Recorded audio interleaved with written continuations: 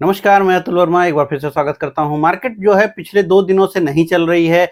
थोड़ा-सा उसके पहले जो एक मूवमेंट था ज करीब 7-8 दिन तक बाज़ारों में तेज़ी रही, लेकिन अब वो ख़त्म हो चुकी है और अब एक बार वापस से मार्केट जो है उस ज़ोन में जाती लग रही है जो मेक एंड ब्रेक है अगर आप शॉर्ट टर्म की बात कर रहे हैं। क्योंकि आज मार्केट ने जो लो लगाया है वो 2503 के आसपास का है, यानी 25,000 के नंबर हमने दोबारा से टच किए हैं।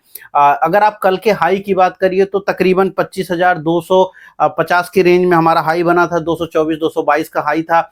25,222 कल की वीडियो में मैंने बात करी थी कि जो हायर रेंज है इस पूरी रैली का वो कहीं न कहीं 25,200 से 250 की रेंज में टिकता है और वहीं से मार्केट गिरी है। अब सपोर्ट के बिल्कुल करीब में हम आ चुके हैं जो कि 25,000 का है। यहाँ से अगर मार्केट 25,000 को ब्रेक करती है, अगर आप उसको थोड़ा और बड़ा करना चाहें तो 24,950 ले लें। 24,950 के नीचे अगर मार्केट गई, क्योंकि उसके 25,000 से 24,900 की रेंज में कई बार मार्केट ने अपने सपोर्ट्स बनाए थे पहले, तो अगर कहीं बाजार 24,950 के नीचे गई तो फिर मार्केट जो है 24,800 की तरफ बढ़ेगी, जो थोड़ा बड़ा सपोर्ट है। लेकिन कारण क्या है कि जो पिछले 2-3 दिनों में मार्केट में एक गिरावट देखने को मिली है। इसके कई सारे कारण हैं, लेकिन ग्लोबल कारण उतने बड़े नहीं हैं इस समय, क्योंकि अमेरिका में तेजी बनी हुई है। यद्यपि अमेरिका शटडाउन में चला गया है। कल जो चुनाव हुआ वापस से वो फेल हो गया और अगले हफ्ते के लिए अमेरिका शटडाउन में है, लेकिन इसके बावजूद भी अमेरिकन मार्केट बढ़ रहे हैं। जापानीज मार्केट आपको पता है इस हफ्ते में बढ़े हैं, वहां पर नए प्राइम मिनिस्टर के चुनने के नाते, और कई सारे देशों की भी अगर आप बाजार की बात करिए, इवन हमारे बगल वाला पाकिस्तान जो इस साल बहुत बढ़ चुका है, वहां पर भी तेजी बनी हुई है। लेकिन भारतीय बाजार उससे बिल्कुल अलहदा चल रहे हैं। कारण क्या है? पिछले 2 दिन की अगर हम कारण की बात करें तो वहां पर जो मेन कारण दिखता है वो ये दिखता है कि जो लिक्विडिटी है वो कहीं ना कहीं आईपीओ मार्केट की तरफ शिफ्ट होती दिख रही है, क्योंकि 2 बड़े आईपीओ अभी मार्केट में हैं और जिसमें से एक बड़ा आईपीओ टाटा कैपिटल का जो है वो आज क्लोज हुआ है, जो दूसरा एलजी का है वो अभी बना हुआ है। अगर आप टाटा कैपिटल की बात करिए 15,000 करोड़ का आईपीओ था, वहीं पर एलजी जो है वो 11,607 करोड़ का आईपीओ है। तो एक बड़े 2 बड़े आईपीओ आए हैं। कल भी जाहिर सी बात है, कल जो मैक्स नंबर हो सकता था आज जो है सब्सक्रिप्शन के लिए टाटा कैपिटल में लोगों ने किया होगा। यद्यपि टाटा कैपिटल के आईपीओ में जो पार्टिसिपेशन है बहुत ही कमजोर दिखाई पड़ी है। तकरीबन जो टोटल आईपीओ है वो 1.96 गुना ही भरा गया है, यानी करीब करीब जो है 1.96 गुना, मतलब कुछ भी नहीं है, 2 गुना से ज्यादा भी नहीं हो पा रही है। मतलब है कि काफी ज्यादा लैकलस्टर रहा है मामला। क्यों रहा है इतना ज्यादा खराब मामला? उसके पीछे कारण यही है कि जो ग्रे मार्केट का प्रीमियम है वो मात्र 2% का है, और जो कि जिसको देख करके तो कोई भी भरने के लिए नहीं आएगा। सभी सेक्शंस में इनका पार्टिसिपेशन कम रहा है, चाहे एचएनआई का बात करिए, रिटेल का बात करिए या किसी भी और सेक्शन की। वहीं पर जो जो आपका एलजी इलेक्ट्रॉनिक्स है वहां पर जो अभी पहला दिन है, आज शुरुआत हुई, वहां पर 3-3.5 गुना तक करीब शाम के 6 बजे तक आईपीओ ऑलरेडी भर चुका है। अगले 2 दिनों में अभी काफी और लिक्विडिटी उसमें जा सकती है। 11,607 करोड़ का आईपीओ, 26% का ग्रे मार्केट का प्रीमियम है। भरना नहीं भरना वो आपका कॉल है, लेकिन जाहिर सी बात है टाटा कैपिटल में पैसा बनता नहीं दिख रहा है, वहीं पर एलजी इलेक्ट्रॉनिक्स में एक पैसा बनने की उम्मीद है और लोग वहां पे पैसा डाल रहे हैं।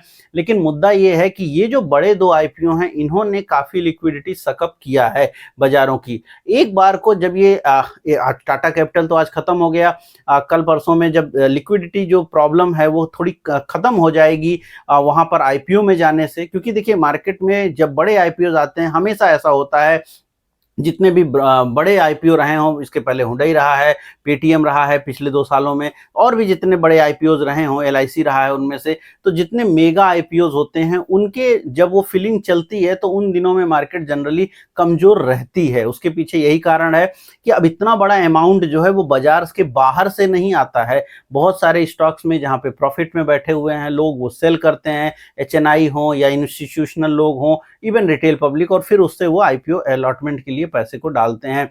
बहुत सारा ब्याज पे भी पैसा उठता है और वो भी पैसा डाला जाता है आईपीओ के लिए। तो ये भी एक बड़ा कारण हो सकता है पिछले 2 दिनों के मोमेंटम लूज के बारे में। लेकिन मार्केट का जो मोमेंटम है वो काफी लंबे समय से बहुत ज्यादा अच्छा नहीं दिखाई पड़ रहा है। पूरे साल कोई बहुत अच्छा हमने परफॉर्म नहीं किया है, तो सिर्फ यही, ये तो बहुत फौरी तौर पर कारण बनता है, लेकिन लंबे तौर पर भी अगर हम देखें तो बाजार जो है परफॉर्म नहीं कर रही है।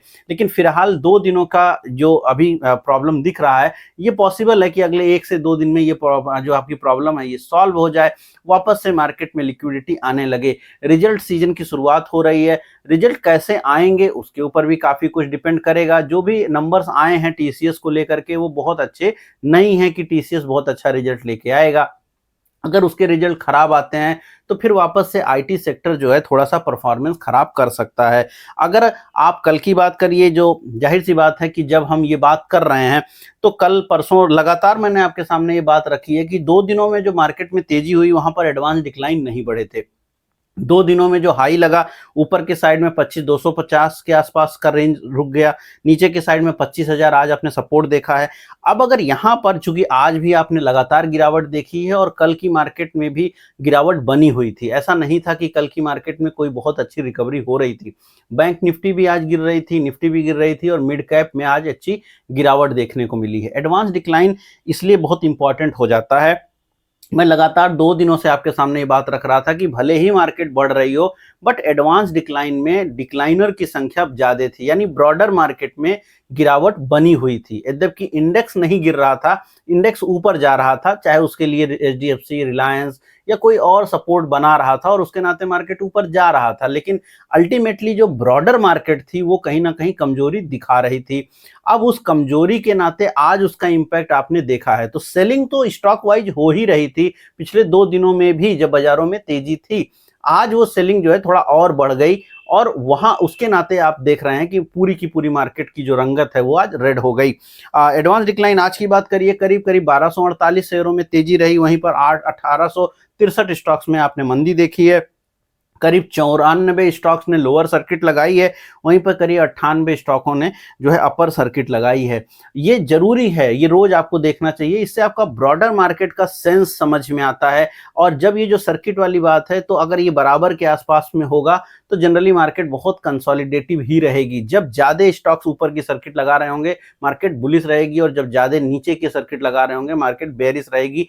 टेंडेंसी उसकी इससे आप निकाल सकते हैं। एक बहुत सिंपल तरीका है कि मार्केट के एडवांस डिक्लाइन किस फेवर में जा रहे हैं और अमूमन वो किस फेवर में जा रहे हैं। जब बाजार तेजी कर रही है तो क्या डिक्लाइनर बहुत कम हैं या एडवांसेज बहुत हाई हैं, या जब बाजार घट रही है तो क्या एडवांसेज बहुत खराब नहीं है। तो उससे मार्केट के रिवर्सल का, मोमेंटम का सब कुछ पता लगता है। मार्केट अगर बहुत मोमेंटम में रहेगी तो एडवांस हमेशा 1:2 1:3 की रेंज में रहेंगे, यानी 2 गिरने वालों पे 5 बढ़ने वाले हो सकते हैं, 6 बढ़ने वाले हो सकते हैं। वहीं पर जब मार्केट खराब रहेगी तो 1:2 1:3 1:4 1:7 ऐसे नंबर आते हैं, यानी अगर एक शेयर बढ़ेगा तो 8 शेयर, 7 शेयर, 6 शेयर, 5 शेयर घट जाएंगे। लेकिन जब मार्केट चल रही है, बढ़ रही है ऊपर, फिर भी नंबर जो है 1:2 1:1.5 के रेंज में आ रहा है, मतलब ये कि ब्रॉडर मार्केट ठीक नहीं है। कहीं ना कहीं या तो ब्रॉडर मार्केट में एकाएक बाइंग आ जाती है, अदरवाइज फिर इंडेक्स नीचे आ जाएगा। इस केस में क्या हुआ, पिछले 2 दिनों में धीरे धीरे करके ऊपर की साइड में डिस्ट्रीब्यूशन हुआ और अल्टीमेटली मार्केट आज नीचे की तरफ आ गई। लेकिन बहुत पैथेटिक सिचुएशन नहीं है, कोई बहुत डरने की सिचुएशन नहीं है। ऐसे में जैसे ही ये आईपीओ की जो लिक्विडिटी का प्रॉब्लम है ये खत्म होगा, मार्केट वापस से ऊपर जाएगा। ऐसे है, यहाँ पर अगर पिछले कुछ दिनों की बात करिए तो जो आईपीओज आ रहे थे, भले ही नंबर बड़े थे कि 15-20 आईपीओ आए थे सितंबर के लास्ट में और अक्टूबर की जस्ट शुरुआत में, लेकिन वहां पर जो नंबर था वो बहुत छोटा था। क्योंकि वो बहुत छोटे आईपीओ थे तो उसके लिए लिक्विडिटी का उतना प्रॉब्लम नहीं आया। आईपीओ इसके बाद भी आ रहे हैं, केनरा ग्रुप के 2 आईपीओज आ रहे हैं, बट ठीक आईपीओज हैं, ठीक जेएमपी चल रही है, मगर वो 1500 करोड़ के आसपास के हैं, 15,000 करोड़ के नहीं हैं। तो अल्टीमेटली वहां पर उतनी लिक्विडिटी प्रॉब्लम ही नहीं आएगी, तो उसके नाते मार्केट को इम्पैक्ट नहीं होता। लेकिन जब बड़े आईपीओज आते हैं तो मार्केट फौरी तौर पर थोड़ा परेशान जरूर दिखता है। और वैसे भी अगर वर्ल्ड मार्केट से आप बात करिए तो कोई बहुत अच्छी खबरें भारत के सापेक्ष नहीं आई हैं। इवन थोड़ी बहुत जो खबरें आई भी हैं, अगर आप विदेशों की बात करिए तो थोड़ा निगेटिव खबरें आई हैं। पिछले 2 दिनों में 2 बड़ी रक्षा क्षेत्र में जो खबरें हैं मीडिया में, इंडियन मीडिया में ये नहीं है, लेकिन जानना चाहिए। कहीं ना कहीं ये बताने की कोशिश भी है अमेरिका की भी और रूस की भी कि हम एक तरफ सिर्फ इंडिया को सिर्फ दोस्ती की नज़र से नहीं देख रहे हैं। क्या हुआ है? पहला कल जो है भारत ने जो बेसिकली जो पाकिस्तान का J-12 करके उनकी जो फाइटर प्लेन वो बना रहे हैं या जो उनका चलता है, उसमें MiG-29 जो भारत में है उसका इंजन यूज़ किया जाता है। हम वो इंजन जो है अमेरिका से खरीदते हैं, RD समथिंग उसका नंबर है। उस इंजन को हम RD समथिंग जो नंबर है वो हम रूस से खरीदते हैं उस इंजन को। वो सेम इंजन को पाकिस्तान को नहीं दिए जाने की बात जो है भारत ने उठाई थी।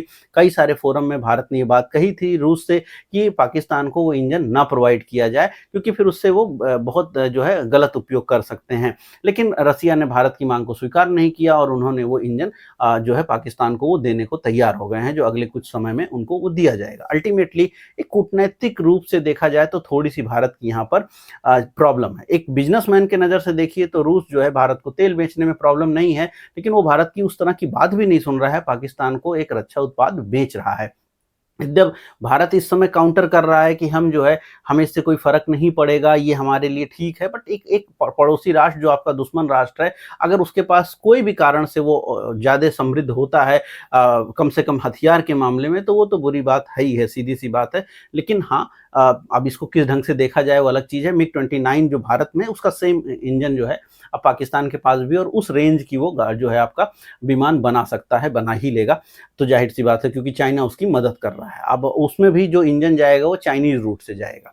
अब आज क्या हुआ? आज ये हुआ कि अमेरिका जो लगातार पिछले कुछ समय से भारत के काउंटर में खड़ा दिखता है, उन्होंने ये किया है कि उन्होंने AIM-120 आर्मर जो मिसाइल्स रेंज हैं, ये बेसिकली जो है एयर टू एयर मिसाइल मारक क्षमता रखती है और इसके लिए उन्होंने क्या किया है, ये 100 किलोमीटर की रेंज है। AIM-120C8 मिसाइल, ये रडार निर्देशित जो मिसाइल्स का पैक है, ये उन्होंने अमेरिका ने कहा है कि वो दे देंगे अपनी F-16, चूँकि F-16 जो है पाकिस्तान के पास भी है और पाकिस्तान के F-16 में वो इसको लगाने के लिए तैयार हो गए हैं, जो कि करीब-करीब $2.5 अरब का ये है पूरा का पूरा मामला और ये जो है वर्ष 2030 तक होगा। मुद्दा ये है ही नहीं, मुद्दा ये है कि इस समय जब हम उनके साथ निगोशिएट कर रहे हैं, वो पाकिस्तान के साथ खड़े होते दिखते हैं। एक दोस्त राष्ट्र हमारा है जो लगातार हमारे साथ अच्छा संबंध में है, वो जो है भी पाकिस्तान को कुछ माल बेच रहा है। तो ये अच्छी खबर नहीं हो सकती है कूटनीतिक मामले में। अल्टीमेटली वो कहीं न कहीं मार्केट के सेंटीमेंट को भी इम्पैक्ट डालेगी कि क्या सच में भारत जो है अमेरिका के साथ कोई अच्छी डील कर पाएगा? क्योंकि काफ़ी लंबा अरसा गुज़रने लगा है अब, जबकि हमने डील पे कोई कुछ ख़ास निकाल के नहीं लेके आए हैं।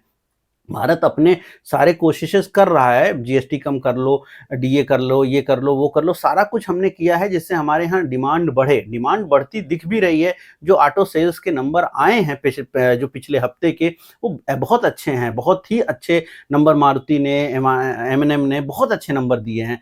हमारे यहाँ डिमांड काफ़ी बढ़ी है, लेकिन क्या इससे ही हम सब कुछ कर पाएँगे? क्या हमें बाकी जगहों पे फ़ोकस नहीं करना है या बाकी जगहों से हमें वो चीज़ नहीं चाहिए? तो वो भी मार्केट की एक पोजीशनिंग है जिसको बाजार देख रहा है। अल्टीमेटली तो वहाँ से कुछ थोड़ी और बेहतरी मिलती है, जैसे कि जो पुतिन है वो भारत आएँगे और उस समय शायद भारत जो है सुखोई के जो नए वाले वर्जन है 57 वाले वर्जन, उसको हम बाई करते दिख रहे हैं और शायद वो जो है, चूँकि उन्होंने ऑलरेडी कह भी दिया है कि वो इंडिजीनियसली भारत में जो है उसका प्रोडक्शन भी करवाएँगे वो, मतलब भारत का एचएल जो है उसको प्रोड्यूस भी करेगा आने वाले वक़्त में। तो इस टाइप की कुछ अच्छी खबरें भी हैं, लेकिन ये खबरें फौरी तौर पर नहीं है, ये पुरानी हैं। तो अल्टीमेटली जो बाजार है इन चीज़ों को भी देखेगा कि क्या हो रहा है, किस, और ये सब कुछ जो है ये दांव पे जो है, ये सब कुछ मार्केट को कहीं ना कहीं उसके ऊपर इम्पैक्ट डालता ही डालता है। आप ये सोच के नहीं चल सकते कि इससे कोई फर्क नहीं पड़ेगा। अब जापान में अगर बॉन्ड यील्ड बढ़ेगी तो जापानीज पैसा उधर जाएगा तो उसका भी फर्क पड़ेगा। खैर मैं उस पर किसी डिटेल चर्चा करूंगा कि जापान जो कर रहा है उसका ग्लोबल बहुत बड़ा इम्पैक्ट हो सकता है, भारत जैसे बाजारों के ऊपर भी उसका बहुत बड़ा नकारात्मक इम्पैक्ट हो सकता है, क्योंकि पैसा शिफ्ट कर सकता है भारत से जापान की तरफ। खैर वो एक अलग मुद्दा है। अल्टीमेटली पिछले 2 दिनों में जापान में जो सत्ता परिवर्तन हुआ और उसके नाते जो वहाँ पे मार्केट में तेजी हुई है, वो बॉन्ड यील्ड को बढ़ाती है और अल्टीमेटली उसका भी इम्पैक्ट दिख रहा है। तो कई सारे मल्टीपल कारण हैं, लेकिन पिछले 2 दिनों का मेन कारण आईपीओ ऑफ मार्केट मान के चल सकते हैं, लेकिन मार्केट के साइडवेज हो जाने के पीछे कई सारे मल्टीपल कारण दिखाई पड़ते हैं और अभी और भी कारण इसमें पैदा होते रह सकते हैं। तो ये मार्केट लगातार ऑप्शन सेलर की मार्केट है और वो हाई दिख रहा है कि किस तरह से ऑप्शन सेलर इस बाजार के ऊपर हावी है। चाहे कुछ भी हो जाए, इवन आज भी वो खबरें आई सेबी की तरफ से कि शायद अब जो है कंसल्टेशन पेपर लेट आएगा, जो वीकली एक्सपायरी को लेकर के है। आज भी बीएससी का शेयर स्टॉक ऊपर था, लेकिन अल्टीमेटली क्या है कि उस पर भी ऊहापोह है। तो कई सारी फ्रंट ऐसे हैं, चाहे वो नियामक की तरफ से, चाहे वो विदेशों से, चाहे वो अभी आईपीओ मार्केट को, और ये मार्केट जो है थोड़ा उसके नाते साइडवेज ज़्यादा दिखाई पड़ रही है। अच्छा ये हो कि मार्केट थोड़ा बढ़ना शुरू करे और 25,250 के ऊपर जाके ट्रेड करे, फिर आपको मार्केट में नया मोमेंटम मिल सकता है, क्योंकि अक्टूबर का महीना खराब जनरली नहीं होता है। अक्टूबर का महीना जनरली तेजी का होता है, और हम उम्मीद ये ज़रूर कर सकते हैं कि अक्टूबर के महीने में मार्केट जो है कम से कम 26,000 की तरफ बढ़े, 25,800 टच हो, 26,000 टच हो, तो बहुत अच्छा होगा। और फिर मार्केट में जो इन्वेस्टर का कॉन्फिडेंस लूज़ हुआ है, वो भी आने लग जाएगा। अन्यथा क्या है, मार्केट जिस तरह की साइडवेज हुई है, इससे जो इन्वेस्टर कॉन्फिडेंस है वो काफ़ी इस समय डाउन ज़रूर दिखाई पड़ रहा है। लेकिन फिर भी बाज़ार ऐसे ही रहेगी, और लेवल्स की हमने चर्चा करी, उसके आधार पे आप जो है ट्रेडिंग अपनी विचार बना सकते हैं। ज़ाहिर-सी बात है, इस वीडियो में मैंने जो स्टॉक्स के नाम लिए वो बाय या सेल के लिए नहीं है, आप उसको एजुकेशनल पर्पज़ से लीजिएगा। अल्टीमेटली मैंने सिर्फ़ खबर को समझाने के लिए बात कही है। मगर हाँ, अगर आपका कोई प्रश्न है, कोई बात है, कुछ भी है, तो कमेंट ज़रूर कीजिएगा। मेरे दूसरे वाले चैनल पर, जिस पे कल मैंने वीडियो डाला था, हर दूसरे तीसरे दिन हम उस पे वीडियो डाल रहे हैं, और आने वाले वक्त में ये जो मेरा रेगुलर शाम का वीडियो है, ये उसी चैनल पर आएगा। और यहाँ पर हम हफ्ते में 2 से 3 ही वीडियो और कुछ डिफरेंट कंटेंट के साथ आएंगे, जो कि आपके लिए स्टॉक मार्केट में और भी ज़्यादा आपको बेहतर बना सकेगा, क्योंकि उस टाइप के कंटेंट मैं पोस्ट नहीं कर पा रहा हूँ जो कि बनाना चाहता हूँ, लेकिन नहीं पोस्ट हो पाता है, क्योंकि ये डेली जो का वीडियो है ये रह जाता है, इसलिए हमने दूसरा चैनल बनाया हुआ है। कल का वीडियो उस पर आया था, आने वाले वक्त में भी कल भी उस ही पे वीडियो आएगा, तो अल्टीमेटली उस चैनल को जरूर फॉलो करिएगा। स्टॉक मार्केट से अतुल वर्मा स्टॉक मार्केट करके सर्च करेंगे तो मिल जाएगा। मैं कमेंट में पिन भी कर दूंगा आपको, वहां से उसकी लिंक मिल जाएगी, आप उस पर टच करके जो है उस चैनल को सब्सक्राइब जरूर कर सकते हैं। बाकी अगर आपका कोई प्रश्न है तो जरूर कमेंट बॉक्स में लिखिएगा, मैं उसका उत्तर दूंगा। मैं मिलूंगा कल नए वीडियो में। इस वीडियो में इतना ही।